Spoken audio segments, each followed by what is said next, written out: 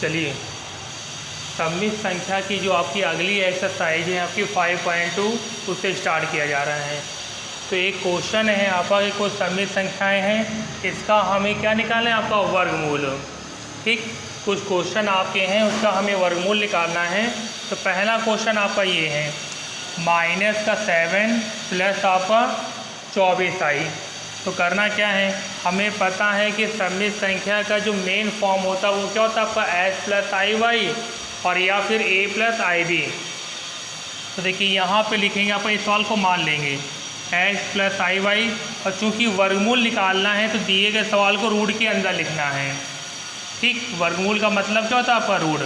अब क्या करेंगे, चूँकि यहाँ पे रूट आया हुआ है इसे दोनों पक्षों का वर्ग, तो दोनों पक्षों का वर्ग करने पर यहाँ पे आ जाएगा आपका होल स्क्वायर और यहाँ से रूट आपका ख़त्म हो जाएगा।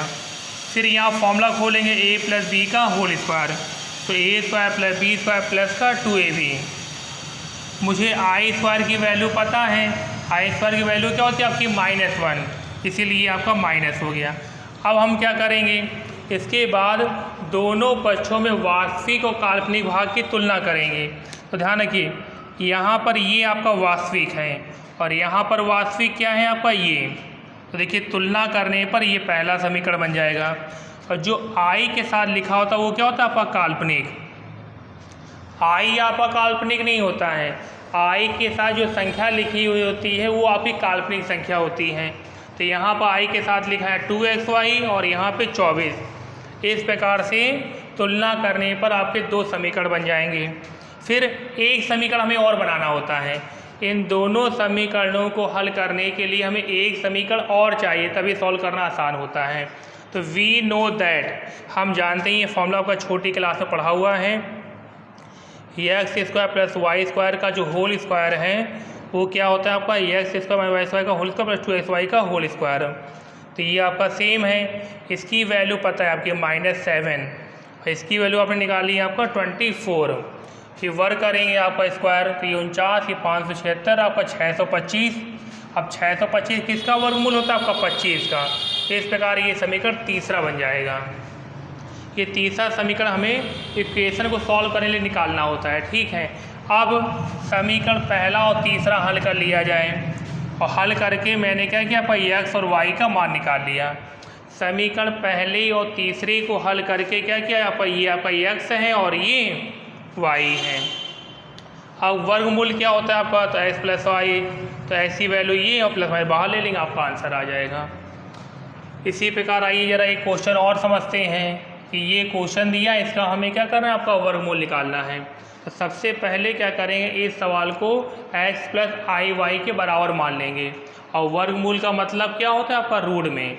फिर दोनों पक्षों का वर्ग करिए, फिर आई स्क्वायर की वैल्यू लगाइए, फिर दोनों पक्षों में वास्तविक और काल्पनिक भाग की तुलना करिए। तो जो नॉर्मल लिखा होता है वो आपका वास्तविक होता है, और जो आई के साथ लिखा होता है वो क्या होता है आपका काल्पनिक। तुलना करने पर आपके दो समीकरण बनेंगे। अब हमें इन समीकरणों को सॉल्व करने एक समीकरण और चाहिए होता है, इसे फॉर्मूला ये हम अपनी तरफ से बनाते हैं। We know that X square plus Y square का जो होल स्क्वायर है वो बराबर होता है आपका एक्स स्क्वायर वाई स्क्वायर का होल स्क्वायर प्लस 2xy का होल स्क्वायर। फिर इनकी वैल्यू लगा ली जो हम निकाल चुके हैं, 100 आएगा। फिर वर्गमूल लेंगे आपका 10। अब क्या करना है, पहले और तीसरे समीकरण को सॉल्व करना है, और सॉल्व करके देखिए ये एक्स का मान निकला, रखने पे ये आपका वाई निकल आया और ये वर्गमूल हो जाएगा। ठीक, प्रैक्टिस करने के लिए मैंने दो सवाल आपको और घर के लिए दिए हैं। जैसे यहाँ पे लिखा आपका 8i, तो 8i का मतलब है कि इसमें केवल काल्पनिक संख्या वास्तविक है नहीं, तो इस सवाल को ये लिखा जा सकता है 0 प्लस 8i, तो इसका आंसर ये आ रहा है। ठीक, इस प्रकार क्या करना है आपका, ये नई एक्सरसाइज स्टार्ट हुई, वर्गमूल वेरी इंपॉर्टेंट है, इसे आपको फेयर कॉपी में करना है, बढ़िया प्रैक्टिस करिए, और दो सवाल आपको और करने हैं।